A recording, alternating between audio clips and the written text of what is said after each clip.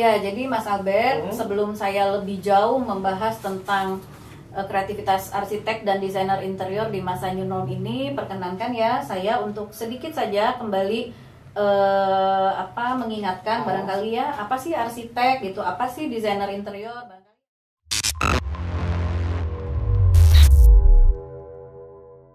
Halo Sobat Aika, selamat pagi.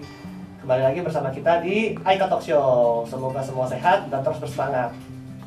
Perkenalkan, nama saya Albert, marketing dari Aika Indonesia. Dan ini ada tamu kita, Ibu Irma Permadi. Ya, halo Albert. Ya, pagi Bu. Pagi. Halo Aika Indonesia, salam sehat. Oke, sebelum mulai acara, mari kita follow dulu IG Aika di aika.id, lalu subscribe di channel YouTube ini, lihat sini channel YouTube kita. Lalu follow juga Ibu Irma di Instagramnya, Ibu Irma Permadi Bu ya. Betul. Instagramnya. Lalu juga bisa di Facebooknya Nata Ruang, di Nata Ruang by Irma R Permadi. Oke, kita kenal dulu nih dari Ibu Irma. Nah Ibu, aku bacain dulu ya Bu ya, profil Ibu. Nama lengkap Ibu ini Ibu Irma Rosalia Handayani atau Irma R Permadi. Betul, nama panggungnya Irma R Permadi. Panggungnya Bu ya. Ya. Lalu pendidikan Ibu di S1 Teknik Arsitektur ITENAS ya Bu. Bandung ya. Institut Teknologi Nasional Bandung angkatan 95. 95, saya lulus tahun 99. 4 tahun aja nih Bu ya. Iya. Siap. Oke, nah sekarang ini untuk pekerjaan dan jabatannya, Ibu ini ada founder, owner, CEO NR Group Indonesia. Betul. Lalu kelima ini ada bendahara umum HDI Pusat periode 2019 sampai 2021. Betul. Oke, lalu kan ini ada dosen tamu. Wah, siap nih, udah owner juga bendahara umum HDI Bu ya. Iya. Wah, aktif banget ya Bu berarti. Iya, iya. Lalu ada pengalamannya. Pengalamannya sejak tahun 2005 menghasilkan lebih dari 600 karya. Iya, 600 karya desain arsitektur dan Interior ya Bu ya. Berarti ini udah ada 15 tahun ya Bu ya berarti ya. Iya, betul. Siap. Lalu ada tim penyusun SKKNI atau Standar Kompetensi Kerja Nasional. Iya, untuk desain interior. Oke, untuk desain interior. Ini kalau di tulisannya sih bidang desain interior Kementerian Tenaga Kerja. Iya, jadi diselenggarakan oleh Kementerian Tenaga Kerja Republik Indonesia. Oh. Jadi kita ini sekarang harus mempunyai sertifikasi di semua bidang profesi. Oke, ya, jadi biar ada tatarannya Bu ya itu ya Bu ya. Betul. Lalu ada juga pembicara Indobiotech dan talk show. Berarti seperti ini Bu ya, talk show juga ya Bu ya. Ya, waktu itu dengan beberapa arsitek perempuan yang jadi woman architect inspiring ya. Oke. Gitu. Membahas tentang revolusi industri 4.0. Kalau nggak salah tahun lalu. Tahun lalu ya, 2015. Ya. Oke Bu, berarti ini udah kelar. Berarti sekarang kita mulai ke pembicaraan Bu ya. Ya, siap Mas Albert. Mulai ini Bu. Jadi sekarang ini Ibu mau bahas apa sih Bu sekarang ini? Jadi halo Sobat Aika, salam sehat, salam sejahtera. Semoga hari ini menjadi hari yang membahagiakan untuk kita semua. Kita mudah-mudahan dapat ilmu nih dari Aika dan juga dari saya. Jadi yang akan kita bahas adalah kreativitas arsitek dan desainer interior di masa new normal ini. Karena barangkali kita kan harus bisa beradaptasi dengan kebiasaan-kebiasaan baru, tatanan baru yang mungkin banyak orang juga belum tahu. Nah ini Aika bagus sekali di programnya mengundang saya untuk coba membahas mengenai hal ini. Oke. Ya, jadi Mas Albert, sebelum saya lebih jauh membahas tentang kreativitas arsitek dan desainer interior di masa new normal ini, perkenankan ya saya untuk sedikit saja kembali mengingatkan barangkali ya, apa sih arsitek gitu, apa sih desainer interior, barangkali audiens kita banyak yang belum tahu gitu. Betul, ya. Jadi kita bersyukur sejak tahun 2017 pemirsa bahwa negara Republik Indonesia akhirnya memiliki undang-undang arsitek. Jadi nomor 6 tahun 2017. Jadi arsitek ini adalah profesi yang terregulasi oleh hukum dan tentu saja berdampak hukum gitu ya. Jadi berdasarkan Undang-Undang Nomor 6 Tahun 2017 mengenai Undang-Undang Arsitek, Pasal 1 Angka 1, arsitektur adalah wujud hasil penerapan ilmu, pengetahuan, teknologi, dan seni secara utuh dalam mengubah ruang dan lingkungan binaan. Jadi lingkungan binaan nih Mas Albert kata kuncinya, sebagai bagian dari kebudayaan dan peradaban manusia yang memenuhi kaidah fungsi, kaidah konstruksi dan kaidah estetika serta mencakup faktor keselamatan, keamanan, kesehatan, kenyamanan dan kemudahan. Ini kalau kita di proyek-proyek kenal lah ya SMK 3L. Nah, itu harus sudah mulai kita gunakan. Jadi jangan diabaikan tuh SMK 3L karena di Undang-Undang Arsitek sendiri itu mencakup gitu ya. Ya. Kemudian pasal 1 angka 2-nya, apa sih praktek arsitek gitu ya? Praktek arsitek adalah penyelenggaraan kegiatan untuk menghasilkan karya arsitektur yang meliputi apa sih? Meliputi perencanaan, kemudian perancangan, pengawasan dan atau pengkajian untuk bangunan gedung dan lingkungannya, serta yang terkait dengan pengawasan dan kota. Nah, itu mengenai arsitek ya. Nah, sekarang mengenai di interior designer atau desainer interior. Ini banyak juga orang yang rancu nih dengan dekorator interior gitu. Jadi desainer interior itu adalah seorang profesional dengan latar belakang pendidikan yang menunjang, yaitu S1 interior atau S1 arsitektur, mampu memecahkan masalah dan memberi solusi yang berhubungan dengan fungsi dan kualitas pada sebuah hunian. Dengan pengetahuan dan keahliannya, seorang desainer interior harus mampu menghasilkan konklusi ruang yang berdampak terjadinya peningkatan kualitas hidup dengan mempertimbangkan segi-segi keamanan, kesehatan, keselamatan, kenyamanan, dan keindahan. Nah, lagi-lagi nih pemirsa, SMK 3L itu ada di kedua profesi ini, gitu ya. Nah, sekarang di era COVID nih, kita udah tahu ya, sudah berapa bulan nih. Iya, betul, Bu. Ada pandemi COVID-19 yang berdampak dari semua sektor, sektor A sampai Z itu terkena dampaknya. Jadi apa sih kaitannya dengan profesi arsitek dan desainer interior ini? Jadi pandemi COVID-19 ini pemirsa menimbulkan disrupsi dan perubahan. Nah, disrupsi dan perubahan ini merubah kebiasaan loh hidup manusia, setuju nggak? Setuju, Bu. Contohnya pada hari ini nih kita mau nggak mau harus menggunakan face shield dan distancing lah, ada ya 1 meter gitu ya. Kemudian kita juga harus terbiasa dengan protokol kesehatan. Nah, saya di acara yang bagus ini juga kembali apa sih protokol kesehatan ya? Yang standar itu apa sih? Jaga jarak 1 meter. Kemudian social distancing, tidak berkerumun ya, tidak berkumpul, cuci tangan secara rutin, menggunakan hand sanitizer dan menggunakan masker. Yang saya jabarkan dari awal sampai ini itu berkaitan dengan nanti dengan pekerjaan kita selaku arsitek dan desainer interior. Nah, protokol kesehatan tadi itu mengubah kebiasaan kita. Jadi kita para arsitek desainer interior harus mampu beradaptasi terhadap kebiasaan-kebiasaan baru tadi. Tentunya ini pemirsa akan berdampak sekali kepada desain perencanaan yang kita hasilkan, yang kita buat. Kemudian berpengaruh juga kepada gaya bekerja para arsitek dan desainer interior. Nah, ini yang mungkin masih ada beberapa yang mencoba untuk menyesuaikan diri ya, karena desain nanti akan ada penyesuaian ya. Misalnya di loket atau di kasir restoran atau kafe, mau nggak mau sekarang semua orang menggunakan penyekat ya, yang tadinya bebas sekarang. Nah, itu kan juga merubah secara visual ya. Kemudian pintu masuk juga, Bu, ya. Kita masuk aja kan harus dicek suhu. Betul. Nah, ini tentu kebiasaan-kebiasaan ini pemirsa Mas Albert itu akan berpengaruh terhadap kreativitas kita juga. Ya. Jadi merubah desain tadi ya, berdampaknya kemudian kepada remote working. Apa sih remote working gitu? Kenapa ada pengaruhnya kepada para arsitek dan desainer interior kita ya? Contoh perubahannya apa nih pemirsa Mas Albert? Contoh dari desain nih pemirsa. Itu kita harus mampu selaku seorang arsitek itu pengendalian tata cahaya. Ya, negara kita negara tropis berlimpah sekali sinar matahari.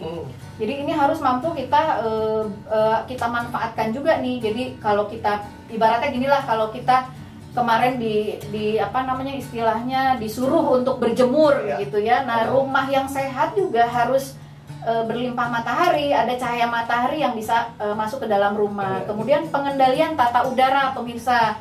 Dulu misalnya kita lebih nyaman menggunakan AC. Nah, tata udara sekarang di era pandemik ini harus kita bisa desain secara maksimum sehingga rumah-rumah yang kita desain itu jadi sehat juga, atau bangunan yang kita desain sehat.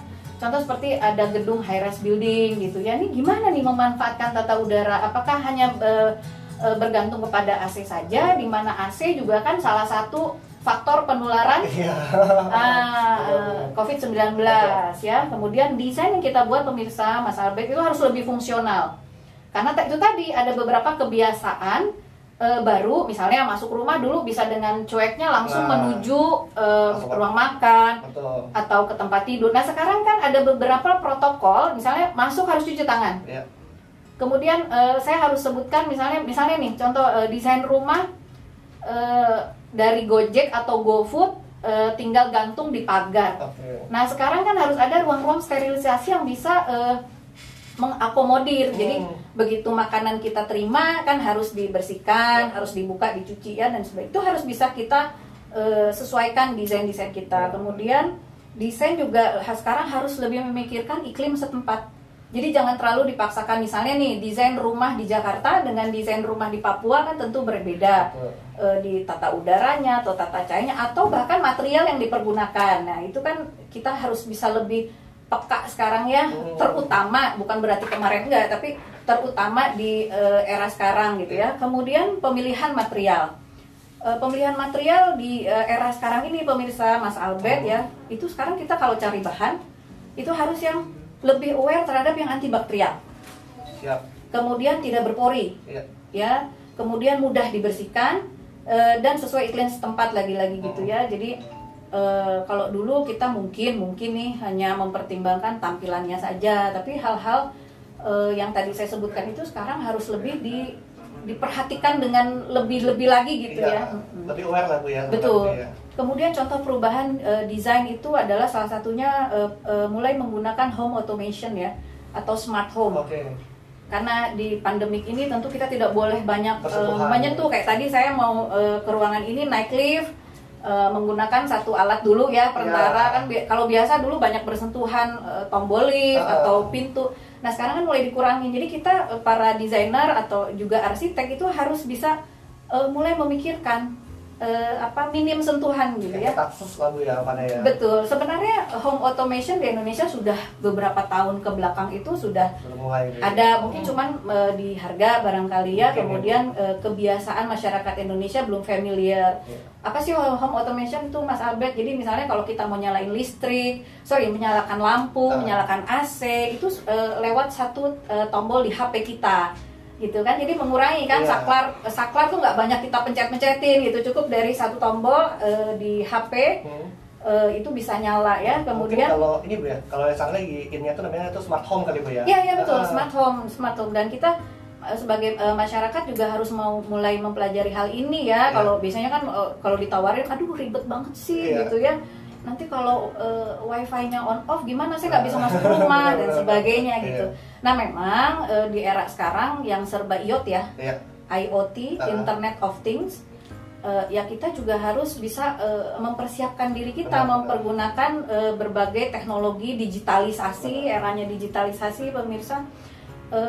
Ya seperti misalnya kebiasaan baru ini kayak di tempat parkir ya sudah mulai sensor gerak gitu ya, sensor gerak. Ya bisa saja sensor-sensor ini nanti dibawa ke desain-desain rumah tinggal atau rumah sakit atau bangunan-bangunan lain. Kemudian contoh perubahan ya tadi denah layout yang kita buat harus memfasilitasi protokol kesehatan. Kemudian kalau untuk rumah tinggal karena sekarang ini semua dilakukan dari rumah karena mengurangi social distancing tadi berkerumun. Jadi rumah itu sekarang jadi home is a new universe. Semua kita lakukan dari rumah. Nah ini harus bisa antisipasi untuk ruangan work from home. Karena banyak mungkin tidak diduga ya adanya pandemik ini kan tiba-tiba terjadi. Jadi kita harus mulai prepare, mungkin menyediakan satu ruangan yang khusus untuk kita bekerja. Karena kadang-kadang kalau tidak di-prepare Mas Albert, namanya kegiatan rumah domestik ya, ada suara apa segala macam, mungkin harus dipersiapkan. Kemudian akustik pemirsa, akustik suara, supaya kalau misalnya sedang melakukan webinar atau meeting online, suara-suara yang mengganggu di domestik itu tidak terlalu terdengar. Betul, seperti itu. Jadi kalau itu tadi mostly mungkin bagian pekerjaan seorang arsitek, tapi kalau seorang desainer interiornya apa sih gitu ya. Ini penting nih karena desainer interior itu dapat perubahan yang dilakukan itu dapat mempengaruhi psikis pengguna. Ya duduk di restoran atau kafe, satu meja tapi sekarang dibatasin 4 kursi atau hanya untuk 2 kursi. mau makan dibatasin gitu ya. Tadinya kita bisa bebas pilih di buku menu kan. Betul. Sekarang kan sudah banyak restoran-restoran yang merubah cara order dengan HP. QR code lah begitu Bu ya. Nah itu kan perlu penyesuaian Mas Albert. Kadang-kadang kita aja bingung gitu ya. Tampilan di HP dengan di buku menu mungkin sedikit lebih ribet di HP kan. Gitu ya. Jadi dia ada langkah-langkah yang harus dipencetnya dulu. Betul. Diapain dulu. Betul. Ya seperti itu ya. Jadi itu perlu waktu ya untuk masyarakat beradaptasi, bahkan untuk si desainer interiornya sendiri beradaptasi. Jadi kita seorang desainer interior itu harus memperhatikan jarak juga, ya kan, jarak meja, apalagi untuk desain-desain perkantoran ya, yang tadinya open gitu, sekarang kalau open itu sebenarnya lebih fungsional, tapi kalau open mau nggak nanti sebelahan? Ya, ini banyak kasus seperti kita sehat karena bersebelahan misalnya terkena penyakit, tapi kalau mau pakai partisi kesannya sempit nggak ya gitu. Nah ini perlu pendalaman lebih lanjut. Kemudian itu tadi yang saya sebutkan di awal, pemilihan material-materialnya yang antibakterial, yang mudah dibersihkan, tidak berpori, itu harus jadi main concernnya seorang desainer interior. Kemudian marka, simbol-simbol, ya kan. Kalau dulu mungkin orang di koridor kantor ini bebas keluar masuk jalurnya. Sekarang mungkin harus ada awareness untuk menambah marka ya, simbol. Jadi ini satu jalur, nanti keluarnya lewat mana, dan lain sebagainya, itu harus diperhatikan juga.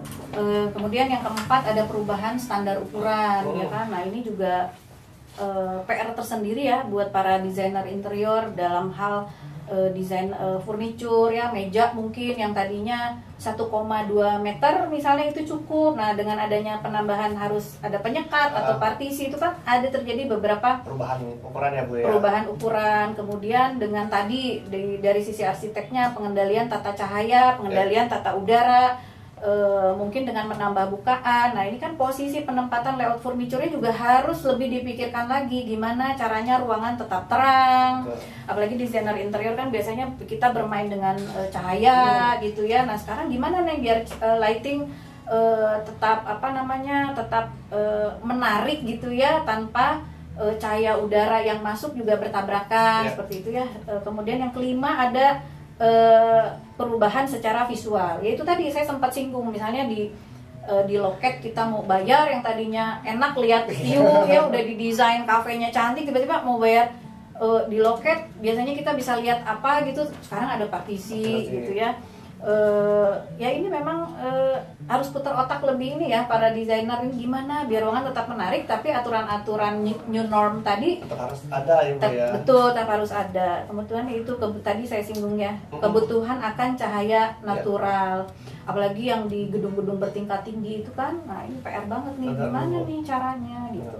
Kemudian Bu ya, sebenarnya tuh kalau sebenarnya kan ya Bu, kalau saya pikir tuh dengan matahari natural, dengan udara natural itu bukan bisa menghemat listrik juga ya Bu ya. Iya, sebenarnya. Jadi nggak perlu cahaya terlalu banyak, ambil dari matahari itu udah terang. Iya. Bu ya. Mungkin kalau bangunan bertingkat rendah itu masih oke ya, bukaan-bukaan lebar, cahaya. Tapi kalau untuk high rise building kayak gini kan, itu jadi PR tersendiri kan, nggak mungkin kita terus buka jendela gitu kan. Nah, sementara di zaman pandemik ini pemirsa terlalu banyak menggunakan AC juga ada resiko ya gitu.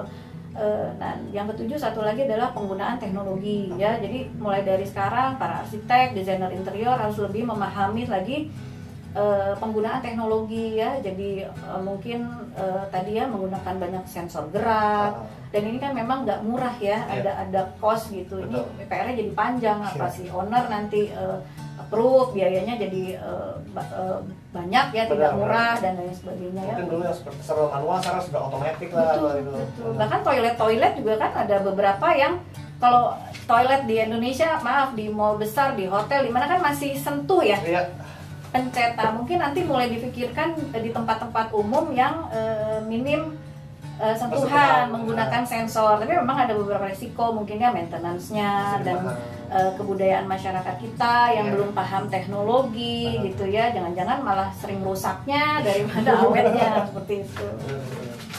Gitu ya. Kemudian arsitek dan desainer interior yang tadi saya sempat singgung Mas Albert, gaya bekerja kami juga jadi berubah karena arsitek dan desainer interior itu kan bekerja dalam teamwork, ya melibatkan banyak orang. Betul. Ya, supplier, vendor, tim lapangan, tim pengawas, banyak pihak gitu ya. Biasa kita kan berkumpul ya, pasti Bu, berkumpul seru gitu ya, kemudian melibatkan banyak orang.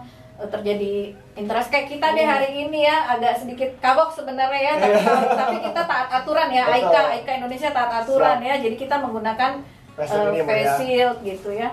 Kemudian arsitek desainer interior kan biasa bekerja itu berpindah tempat, satu project lain, kemudian meeting di mana gitu.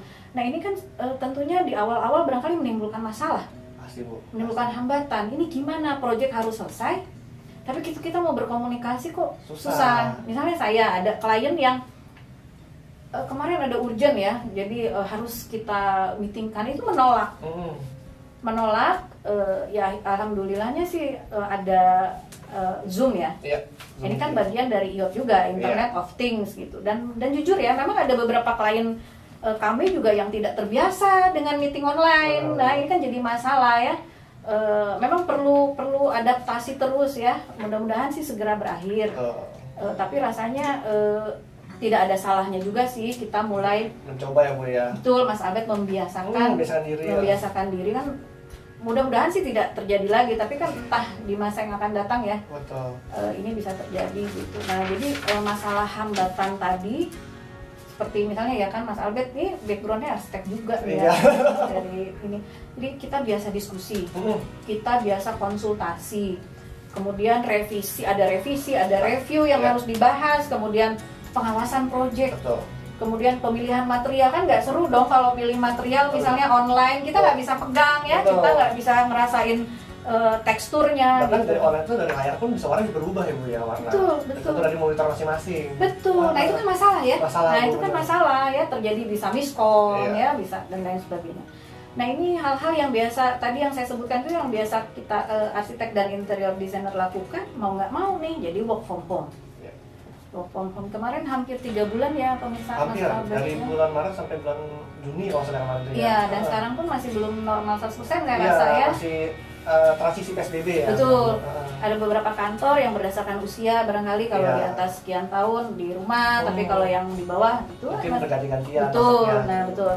Jadi work from home, pemanfaatan teknologi. Nah yang paling urgent, memang tidak semua proyek sih berhenti, ada juga yang lanjut walaupun agak slow, Nah ini ketika kita mau misalnya untuk para kontraktor gitu ya membeli atau arsitek membeli bahan material, ini mau nggak mau sekarang memanfaatkan marketplace ya. Seperti kita ketahui ada beberapa marketplace yang mengkhususkan bahan-bahan material, tapi kan tetap masih begini. Kalau dulu sebelum adanya pandemi kita biasa ke misalnya mohon maaf saya sebut merek ya, ke Informa, ke Mitra 10, ke Depo Bangunan, kita bebas kan milih, kita pegang, seru tuh, keseruan tersendiri gitu. Pegang, pilih, kita putuskan pakai yang mana. Tiba-tiba sekarang, atau misalnya contoh ada beberapa supplier yang datang ke kantor kami gitu ya, kita berdiskusi tentang material di situ. Seru karena langsung ketemu sama orang yang langsung ya Bu ya. Nah itu kan seru banget. Bener. Gitu ya, suatu kenikmatan lah buat para arsitek atau desainer interior, tiba-tiba harus lewat marketplace. Nah itu kan ada kendala-kendala lagi. Benar. Gitu ya. Saya juga waktu itu pas renov rumah Bu, lebih enak cari barang sendiri Bu. Karena kita cari barang sendiri tuh kita lebih tahu materialnya seperti apa sih. Iya. Jadi emangnya kita tuh kebutuhan kita tuh lebih cocok di sana. Betul. Daripada online kita beli, ini mungkin barangnya sama tapi kita nggak tahu nih tekstur seperti apa, apakah ini cocok bisa di rumah kita atau gimana gitu ya. Iya. Nah ini tentu kan menjadi masalah atau hambatan gitu ya. Terus penggunaan IoT ya, Internet of Things tadi sempat saya bahas di awal, tapi kan tetap saja ya WiFi. Saya ikut webinar banyak aja, kadang-kadang tiba-tiba hostingnya putus atau pembicaranya hilang. Nah, memang ini sangat bergantung pada banyak faktor gitu ya. Tapi mau nggak mau lagi, sekali lagi kita harus bisa beradaptasi dengan hal itu. Nah ini kan diperlukan kreativitas. Bukan ini, kita perlu kreativitas. Jadi desainer arsitek dan desainer interior yang biasa mendesain, tiba-tiba ini muncul new norm, kita juga harus struggle, punya resilience yang bagus untuk bisa beradaptasi. Kemudian mikir otak tuh gimana nih biar proyek tetap jalan. Mikir otak lagi gimana biar si klien ngerti apa yang kita ungkapkan ya Bu ya. Maksudkan gitu ya, konsep kita seperti apa. Nah ini kreativitas banget nih, harus gimana gitu. Tapi tetap ya, saya ngingetin lagi nih pemirsa, Mas Albert, bahwa kita ini tahun ini sebenarnya sudah memasuki society 5.0. Kalau tahun lalu kan masih revolusi industri 4.0. Tapi kita mau nggak mau quote and quote dipaksa untuk masuk ke society 5.0. Jadi walaupun kita menggunakan IoT tadi, Internet of Things, tapi kendalinya itu tetap harus pada manusianya. Tetap harus di kita yang mengendalikan, jangan bergantung 100% kepada teknologi ya. Jadi kita tetap kreatif juga kan, tidak bergantung. Jadi ini terakhir nih, reaksi arsitek dan desainer interior terhadap perubahan dan disrupsi ini harus gimana sih gitu. Ya take a chance, ambil kesempatannya gitu. Kreatif, critical thinking kita itu diuji di sini ya Bu. Iya gitu ya, berkolaborasi lah kita. Kayak hari ini kan contohnya kita collab nih antara IKA Indonesia dengan saya Nata Ruang gitu ya, kesempatan berkolaborasi antara siapa, nggak cuman antara industri dan praktisi, tapi juga kepada dunia pendidikan, kemudian stakeholdernya, birokrasinya. Ini jadi bersatulah kita gitu ya di era ini gitu untuk tetap bisa bertahan, survive, betul survive. Dan ini memang nggak mudah, mudah-mudahan cepat berlalu. Dan semua sektor juga kembali normal, pulih lagi ya Bu ya. Bahkan kalau bisa pulih lebih maju lagi dari yang kemarin-kemarin. Iya, karena kita kan udah kreatif banget. Bener. Gitu. Ini saya bersyukur banget sebenarnya. Jadi tergantung kacamata kita sih, mau melihat pandemik ini. Saya bicara selaku arsitek ya, selaku praktisi gitu ya, mau melihat pandemik ini sebagai masalah. Tentu masalah. Betul. Tapi di balik masalah itu sebenarnya Tuhan sedang memberikan sedang memancing the best of you untuk keluar lebih baik lagi. Kreativitas yang mungkin kalau kemarin-kemarin skalanya masih 7, dikasih pandemik lu mampu sebenarnya 10 gitu. Dipancing kan. Terus dengan banyaknya webinar yang diselenggarakan gitu ya, itu kan ilmu semua gitu ya, ada masukan insight-insight positif. Nanti setelah berakhir baru speed up dong, set gitu kan. Jadi kapan kita nih sekarang ini proses untuk kedepannya Bu yang iya betul. Jadi sabar betul. Oke, terima kasih Bu Irma atas materi-materi yang sudah disampaikan. Ini bagus banget Bu materinya. Semoga berguna juga untuk seluruh IKA ya. Nah Ibu, ini ngomong tadi ya Ibu ada bahas kan soal antibakteri, antivirus, antivirus. Nah itu dulu produknya Bu kita Bu. Oh gitu. Ya oke. Siap.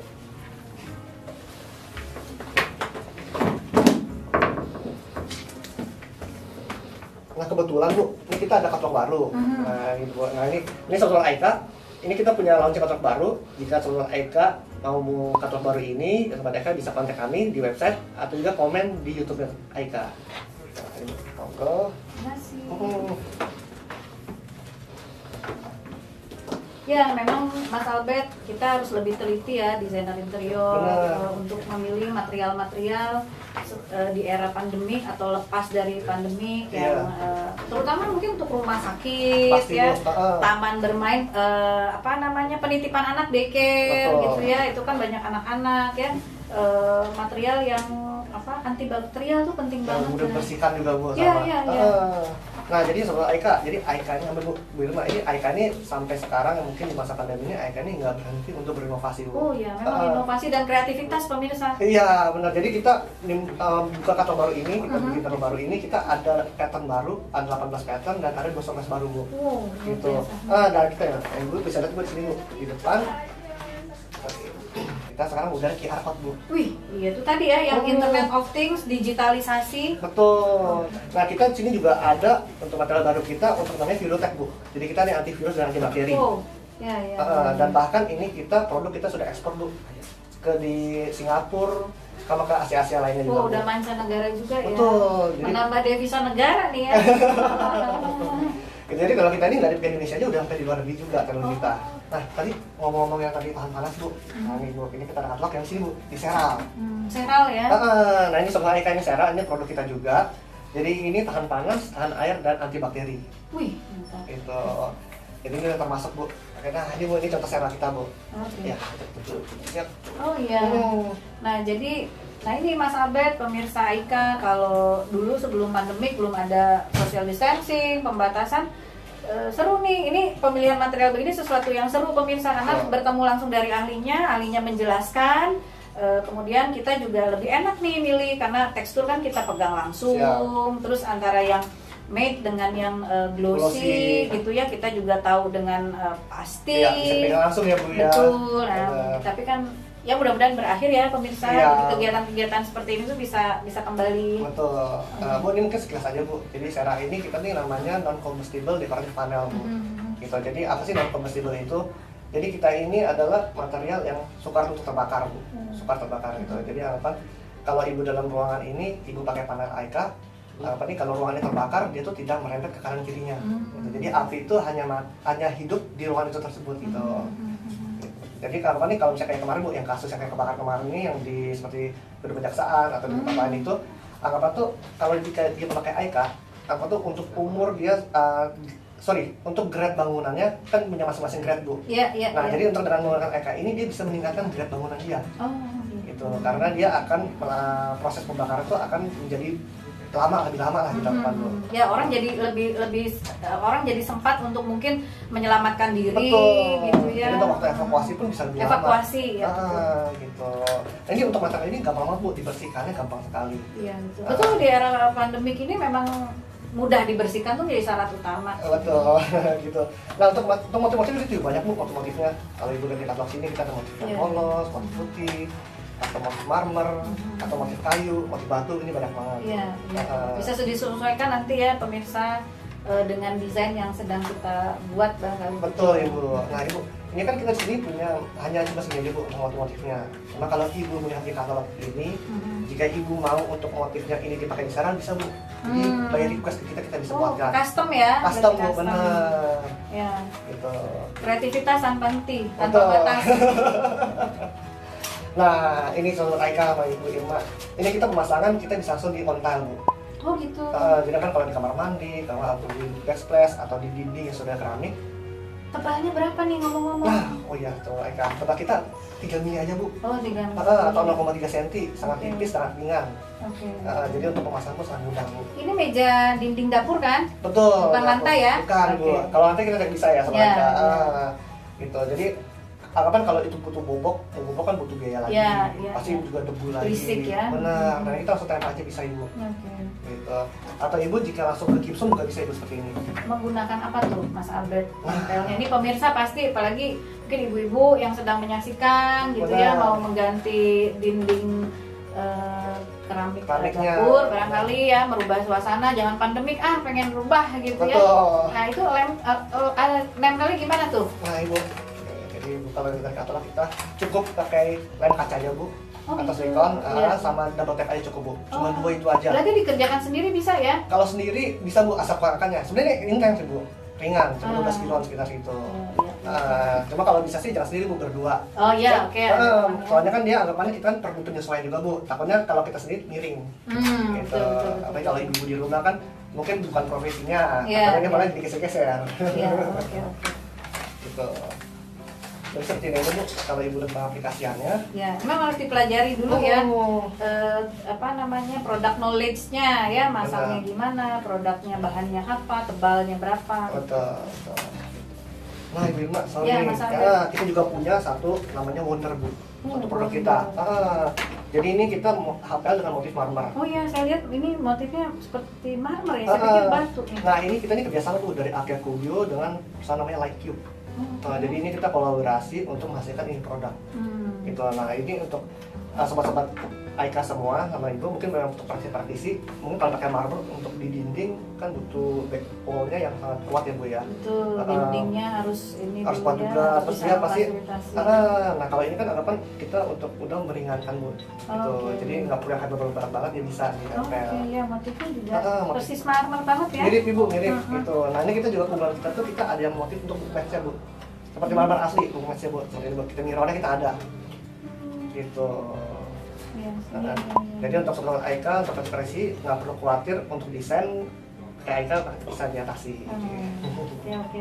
Oke, Sobat Aika, jika ingin katalog ini bisa langsung link di atas, dan juga jangan lupa untuk follow IG kita di Aika ID, dan juga jangan lupa like, share, and subscribe YouTube kita. Gitu. Oke, Bu Irma, terima kasih banget. Sama-sama Mas Albert, Aika.